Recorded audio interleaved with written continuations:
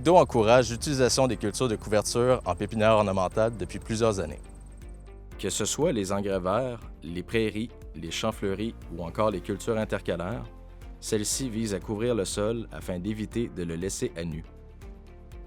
Dans les productions en champ, les cultures intercalaires sont devenues des incontournables en tant qu'outils de contrôle des mauvaises herbes. Leur utilisation en pépinière offre également d'autres avantages au niveau agronomique et au niveau des opérations culturales. Les informations contenues dans cette capsule sont tirées du guide de production Gestion intégrée des mauvaises herbes en pépinière ornementale du Québec, rédigé par l'ICDO.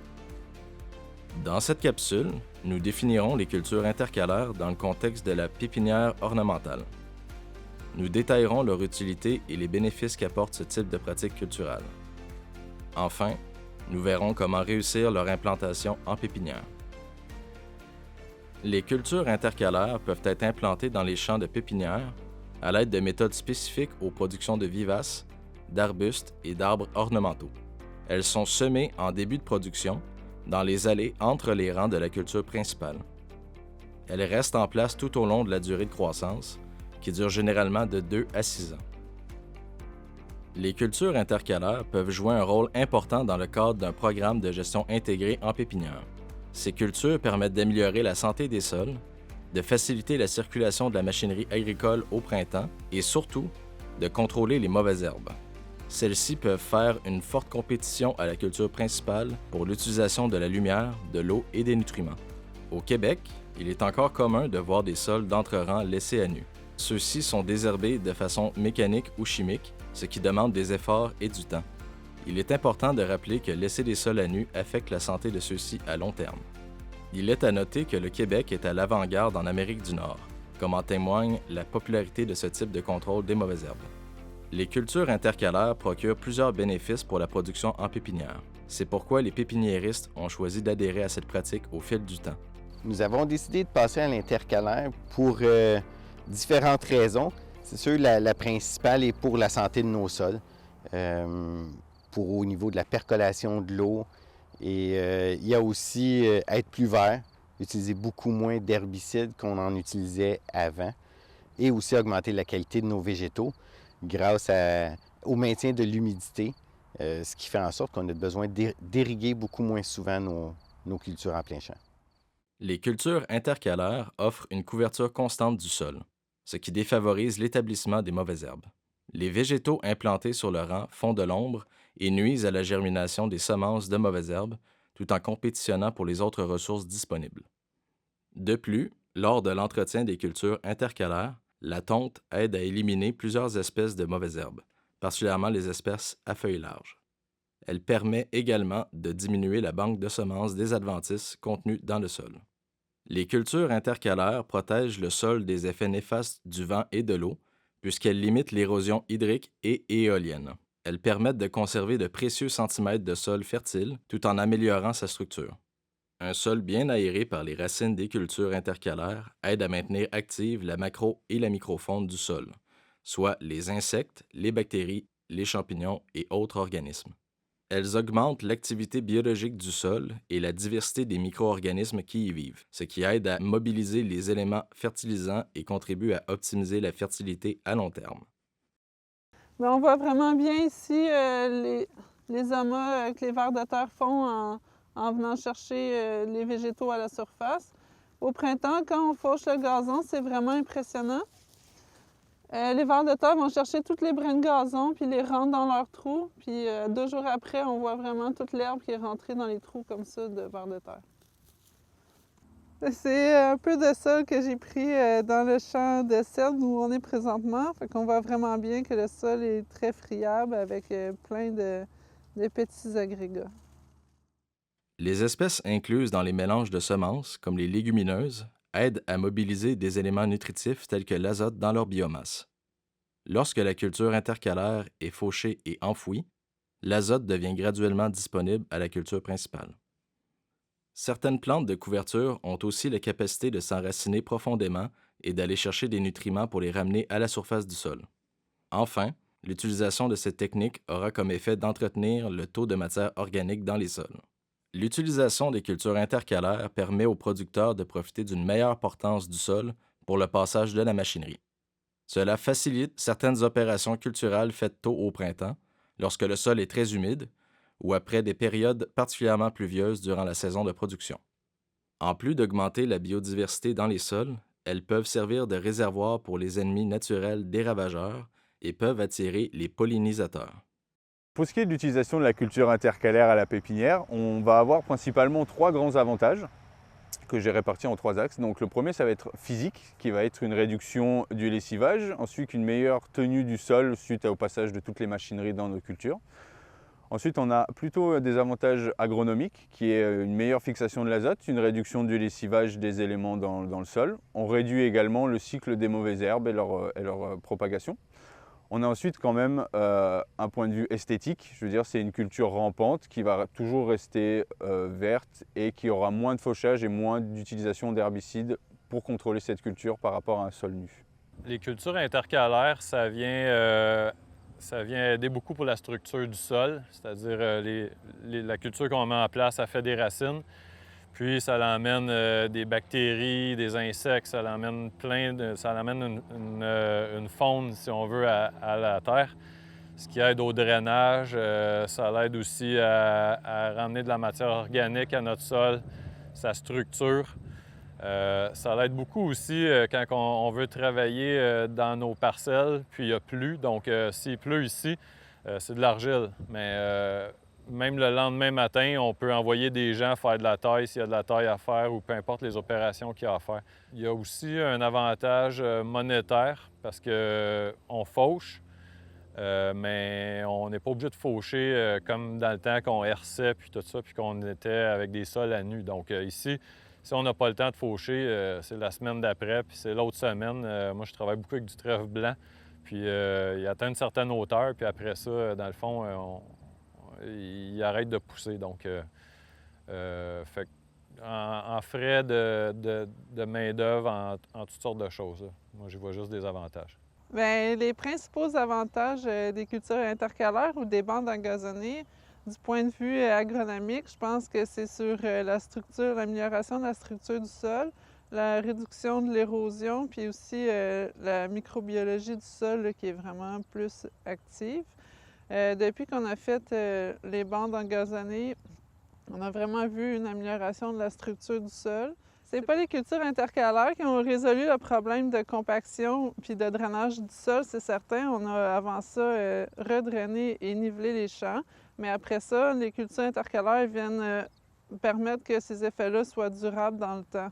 Du point de vue agronomique, il y a aussi comme avantage la recirculation des éléments fertilisants par les micro-organismes du sol, puis par les engrais verts, dans le fond, qui sont fauchés régulièrement, puis remis au sol directement. Du point de vue de la logistique ou du travail, les principaux avantages, c'est une réduction du désherbage manuel ou de la pioche, finalement. Puis aussi, par rapport à la structure de sol, le sol, il y a un meilleur drainage, donc il nous permet de revenir au champ un peu plus rapidement. Mais il faut quand même être toujours prudent parce qu'ici, on a des sols assez lourds, fait qu'ils sont quand même sensibles à la compaction. C'est sûr que la pioche n'est pas une tâche très appréciée des employés, donc en réduisant ça, premièrement, eux, ils l'apprécient, puis ça leur permet aussi de faire d'autres tâches qui vont donner une valeur ajoutée aux végétaux. Ici à la pépinière, nous avons commencé l'intercalaire il y a environ 3 ans. Les bénéfices qu'on voyait pour l'entreprise étaient, notre sol, conserver notre matière organique de notre sol. L'apport en matière organique de notre sol à la fin du cycle de culture, le contrôle de la mauvaise herbe. Il y a plein d'avantages avec l'intercalaire qui est l'entrée dans les champs plus tôt au printemps pour éviter la compaction. Il y a aussi, avec les années, maintenant, on s'est aperçu que l'eau de ruissellement se dirige beaucoup plus vers les racines des arbres, c'est-à-dire la portion qui n'est pas semée. On a aussi un meilleur contrôle de la mauvaise herbe par ensemencement, comme l'entretien de notre intercalaire. Nous, ici, on a préféré la faire de façon bi-hebdomadaire. Donc, on coupe le gazon comme si c'était un gazon de parc. Il n'y a pas d'ensemencement qui se fait, ou presque pas, dans les rangées qui sont dénudées. Un autre avantage qu'on y voit beaucoup, c'est que nos sols restent beaucoup plus frais. C'est-à-dire que ça sèche beaucoup moins qu'à une époque où est-ce qu'on cerclait beaucoup plus. Côté opération, les avantages sont pas tant au niveau de l'opération qu'on fait dans le champ, parce que tondre la pelouse ou cercler comme à l'époque, c'est à peu près la même opération. Où est-ce qu'on voit un énorme avantage, c'est la fraîcheur pour les travailleurs qui travaillent entre les rangs.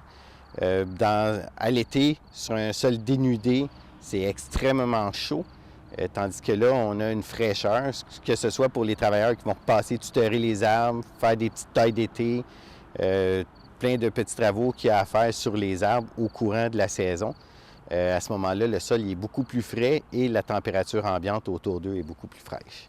Nous, on produit seulement du thuya, du cèdre en champ. Donc, on ne fait pas d'arbres, on ne fait pas autre chose que le cèdre. Nous, on a fait des tests pendant 3 ans. On a voulu pas s'adapter, mais voir si ça allait être efficace chez nous.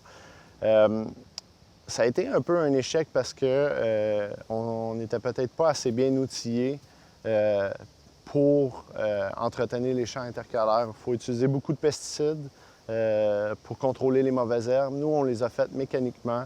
Ça ne nous permettait pas de remettre un petit peu de terre parce qu'on ne pouvait pas passer les machines entre les rangées.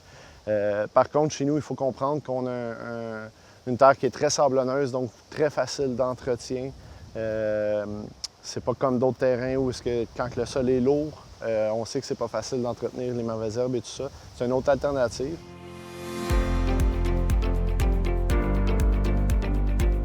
Les plantes doivent s'implanter rapidement et le couvert végétal doit être dense pour empêcher les mauvaises herbes de proliférer et perdurer pendant quelques années. Il est préférable d'utiliser un mélange de quelques espèces plutôt qu'une seule pour atteindre ces objectifs. L'implantation de la culture intercalaire se fait en début de production, idéalement à la suite de la plantation de la culture principale. Elle doit perdurer environ de 2 à 6 ans, soit la même durée que les végétaux en production. Un travail minimal du sol doit être fait avant le semis. Le drainage de surface doit être adéquat, ainsi que les paramètres physico-chimiques du champ, tels que le pH, la quantité d'éléments majeurs et mineurs et le degré de compaction. L'élimination des mauvaises herbes annuelles et vivaces doit être faite avant l'implantation. Enfin, il faut calculer la largeur de l'allée ou de l'entre-rang en fonction de la largeur de la machinerie pour permettre un passage optimal de l'équipement de tonte. Le choix du mélange d'espèces est primordial. Le mélange doit idéalement contenir une majorité de plantes vivaces. Les espèces à feuilles larges tolérantes aux fauches sont à privilégier, ainsi que les graminées qui se développent en talles. Des espèces annuelles à établissement rapide, comme le raigrasse, peuvent servir de plante-abri lors de l'implantation, pour accompagner les vivaces plus lentes à s'établir. Dans le guide « Gestion intégrée des mauvaises herbes en pépinière ornementale », vous trouverez plusieurs informations sur l'implantation des cultures intercalaires. Par exemple, des grilles décrivant les différentes familles de plantes utilisées comme culture de couverture et des renseignements pour calculer le taux de semis selon les espèces choisies sont présentés dans cet ouvrage. Les différentes espèces utilisées en culture intercalaire sont les graminées vivaces, les légumineuses vivaces ou des plantes annuelles servant de plantes-abri. Un sondage a été mené par l'IGDO auprès de nos conseillers, des experts du MAPAC et des producteurs en pépinière ornementale afin de connaître les mélanges les plus fréquemment utilisés sous nos conditions de culture. Voici quelques exemples de ces mélanges que l'on retrouve dans le guide « Gestion intégrée des mauvaises herbes en pépinière ornementale » de l'IGDO. Pour ce qui est de nos mélanges dans la culture intercalaire, on est à 50-50 entre du trèfle blanc et du raigrats, ce qui nous permet d'avoir une belle couverture et notamment une couverture vivace qui va revenir tout au long de la culture en 3 ans. Pour ce qui est de nos différentes productions en champ, nous utilisons le même mélange qui est à 50-50 trèfle blanc raigrats et nous avons à peu près le même type de culture intercalaire sur l'ensemble de nos productions. Pour ce qui est de nos sols liés à la culture intercalaire, nous avons des sols à la pépinière sablo-limoneux, ce qui nous permet effectivement d'utiliser du trèfle blanc pour une meilleure fixation de l'azote et une réduction de l'érosion due au passage de machinerie qui était un problème évident. La raison de l'utilisation de ce mélange est une grande facilité d'utilisation ainsi qu'un très faible coût d'achat et d'une densité de plantation relativement faible aussi. Moi, chez Eau Claire et Fraîche, je travaille avec du trèfle blanc parce qu'avec les années, j'ai essayé plusieurs choses, mais le trèfle blanc, pour moi, c'est ce qui marche le mieux. Après ça, des fois, il sort des graminées annuelles, des graminées vivaces, puis tout ça, donc ça donne ce que ça donne. Dans le sable, c'est plus dur de travailler avec du trèfle, tandis que dans l'argile, ça fonctionne très bien comme ici. Là, on voit que c'est pas long, ça s'implante, puis une fois qu'il a pris la place, bien, il prend toute la place, puis il reste bas, donc pas besoin de faucher souvent, puis il n'est pas tellement envahissant. Dans le fond, une culture intercalaire, c'est un petit peu la mauvaise herbe qu'on était habitué d'avoir dans le temps, puis qu'on tuait, qui là devient notre ami pour la structure de notre sol, puis réduire nos coûts en entretien de nos parcelles. Donc pour moi, que ce soit une graminée ou que ce soit du trèfle, pour moi, c'est tous mes amis, c'est ma culture intercalaire. Donc, Les mélanges de semences qu'on utilise présentement, c'est de la fétuque rouge traçante et du trèfle blanc de nain. Cette année, j'ai rajouté un peu de régras pour avoir une implantation plus rapide parce que la fétuque, c'est une graminée qui est vraiment longue à établir et qui pousse vraiment finement. Fait qu'au début, il y a peu de concurrence avec la mauvaise herbe. Fait que j'ai essayé de rajouter du régras annuel là, qui va vraiment plus rapide pour un peu combattre les mauvaises herbes.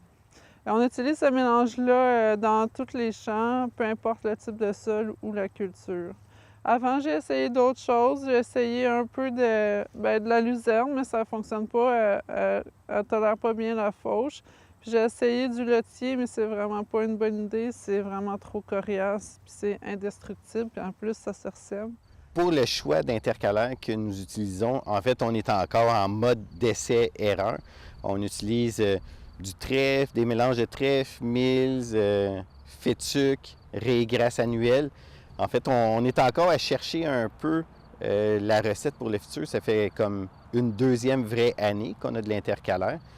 Il y a peut-être le trèfle que je commence à avoir des doutes dû à sa portion rampante qui fait en sorte qu'il tente à aller s'enraciner dans la portion de mes arbres dénudés. L'intercalaire, nous l'utilisons maintenant dans les arbres, dans nos conifères en plein champ, puis aussi, depuis cette année, dans les bêtes de plastique de bouture, c'est-à-dire entre, où est-ce qu'il y a un avantage vraiment énorme d'entretien qui fait en sorte qu'on conserve nos plastiques plus longtemps.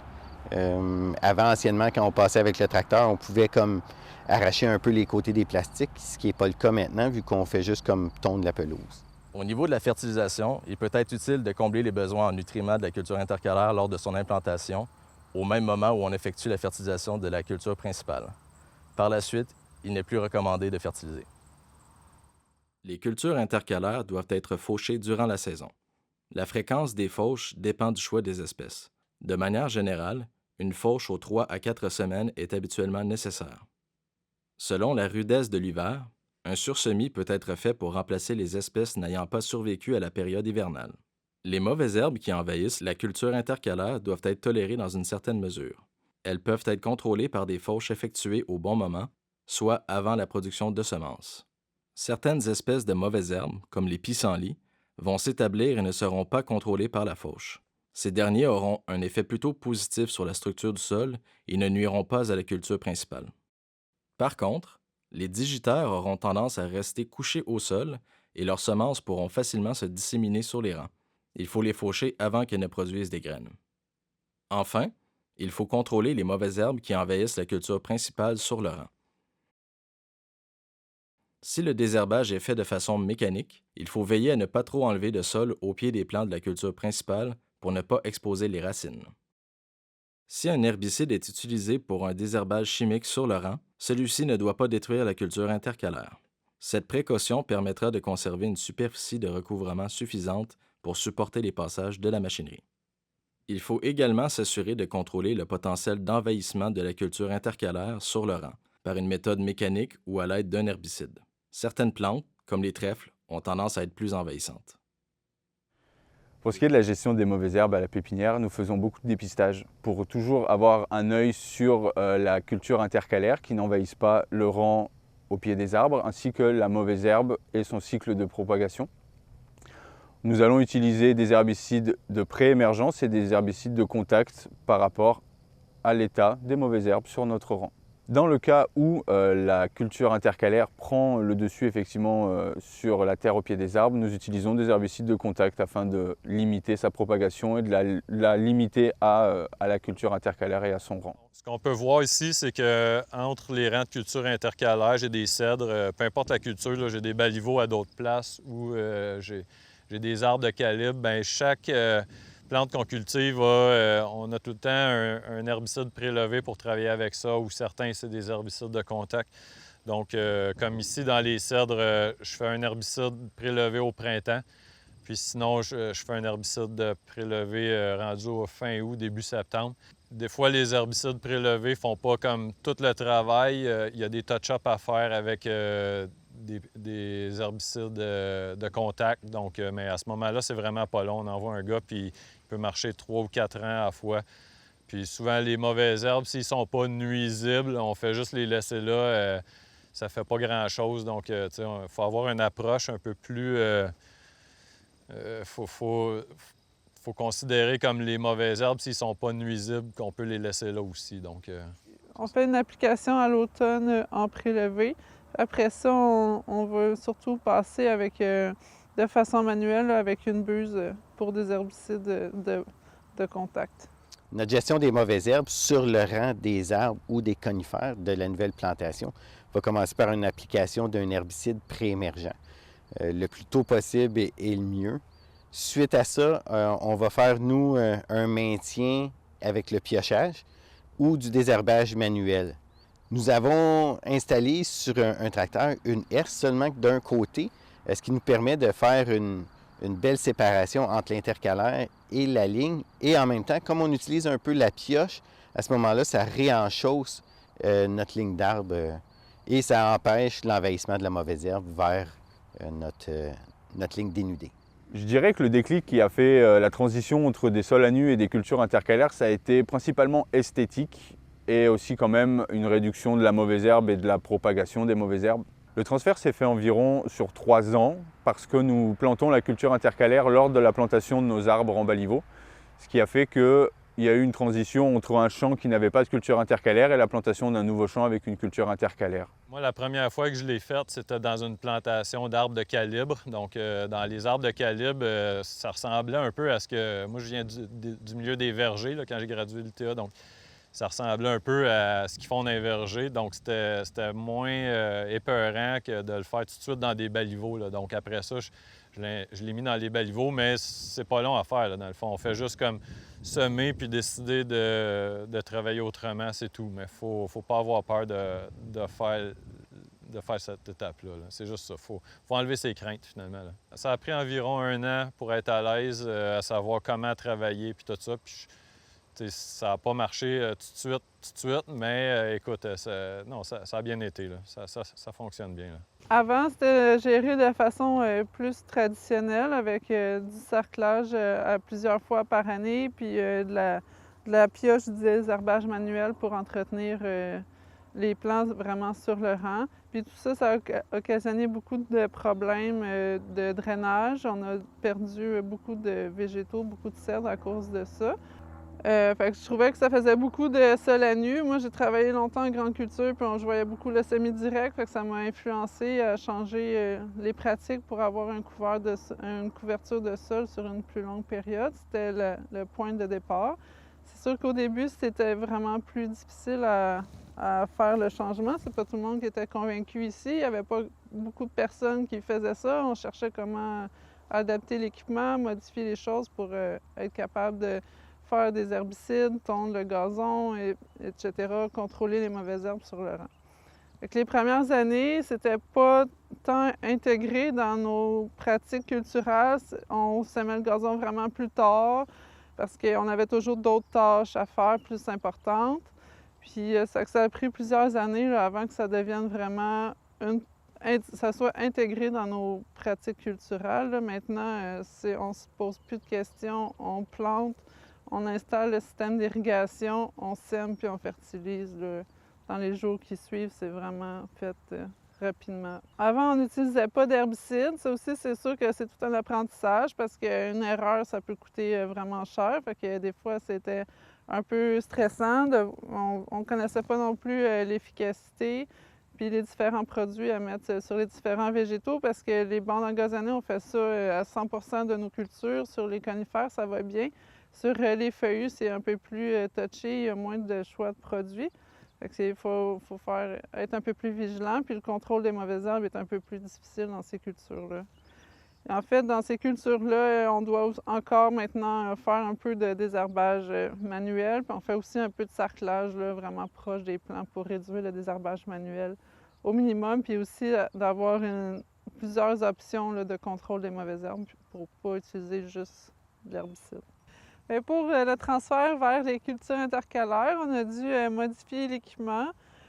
Premièrement, il a fallu changer la largeur des entrerangs, les rendre plus larges pour être capable de passer avec un petit tracteur. Maintenant, c'est planté aux 72 pouces.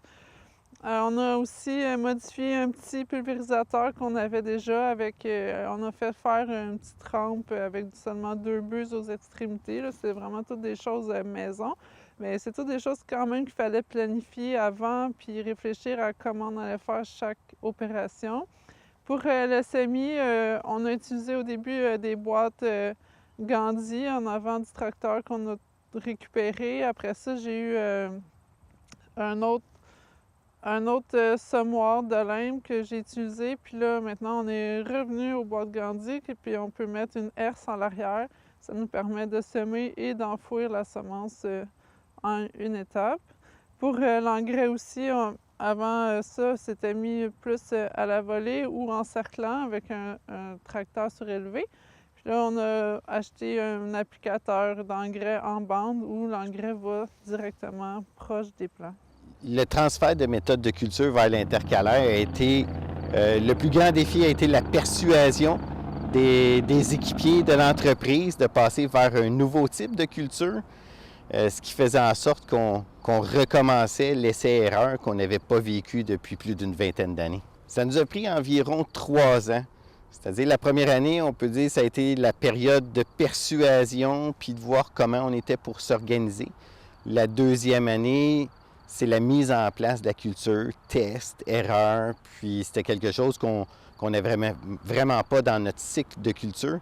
Et la troisième année, on peut dire que c'est notre vraie première année d'intercalaire dans les opérations, dans l'ordre qu'elles devraient être faites.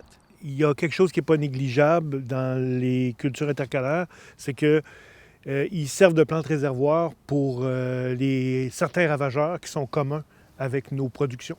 Par contre, nos observations, nous, conseillers en pépinière à Ligue d'eau, sur plusieurs années, montrent que il n'y a pas vraiment d'impact majeur sur la gestion phytosanitaire en champ.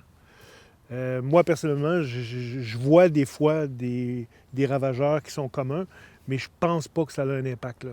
Pour ce qui est de la culture intercalaire à la pépinière, on n'a pas trouvé beaucoup de désavantages. Bien sûr, il faut en permanence regarder et surveiller son potentiel d'envahissement au pied des rangs pour éviter justement qu'on perde le contrôle de la culture intercalaire sur nos cultures d'ornement. Pour le désavantage, un des principaux que j'observe, c'est l'utilisation plus importante des herbicides. C'est sûr qu'on aimerait utiliser d'autres méthodes, mais pour l'instant, ça reste quand même la méthode la plus efficace et la moins coûteuse. Après ça, dans les autres inconvénients, dans les cèdres, dans les conifères, le contrôle des mauvaises herbes est assez facile. Je dirais que là, les désavantages sont vraiment minimes. Mais dans les feuillus, c'est plus difficile parce qu'il y a moins de choix d'herbicides. Puis il y a aussi moins de choix d'herbicides de contact là, pour contrôler les mauvaises herbes dans la saison. Dans ces cultures-là, les vivaces peuvent facilement devenir un problème. Il faut vraiment être plus vigilant de ce côté-là.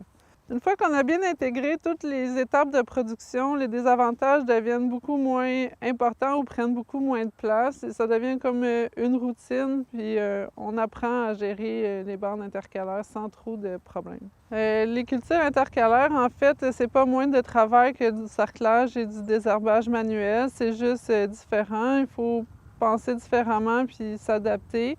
Du côté des mauvaises herbes, il y a aussi des changements. On va retrouver plus de vivaces, comme des pissenlits ou du chien-dent ou du laitron. Il y a certaines vivaces comme celle-là qu'on veut vraiment pas avoir, puis on va vraiment bien contrôler. Sinon, on va aussi rencontrer plus de digitaire, qui est une mauvaise herbe qui est vraiment bien adaptée aux cultures intercalaires parce qu'elle est rampante et difficile à faucher. Le pissenlit, il y en a beaucoup. C'est sûr qu'au printemps, on en voit beaucoup, même à travers l'intercalaire, mais c'est pas, comme ça se répand pas comme les autres vivaces, c'est pas vraiment une mauvaise herbe qui nous dérange tant que ça.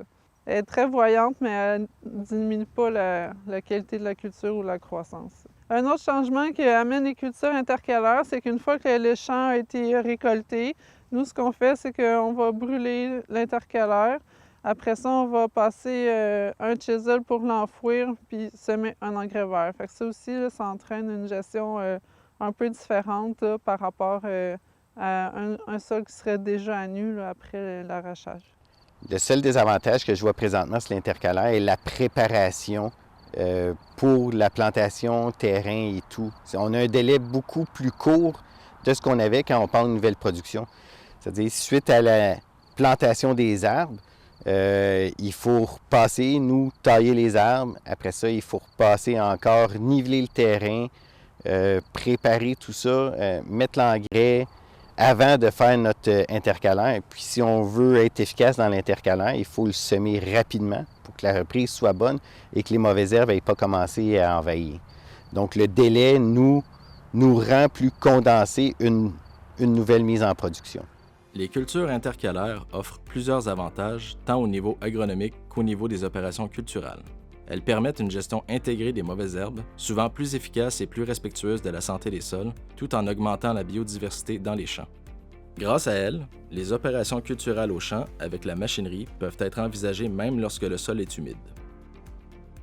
Ce type de culture est devenu indispensable pour plusieurs pépiniéristes qui adaptent leur mélange d'espèces végétales et les techniques culturelles à leur situation. Pour bénéficier pleinement de tous les avantages qu'apportent les cultures intercalaires, il faut bien sûr prévoir une bonne préparation du terrain, choisir judicieusement les espèces végétales et effectuer un entretien minimal de celles-ci.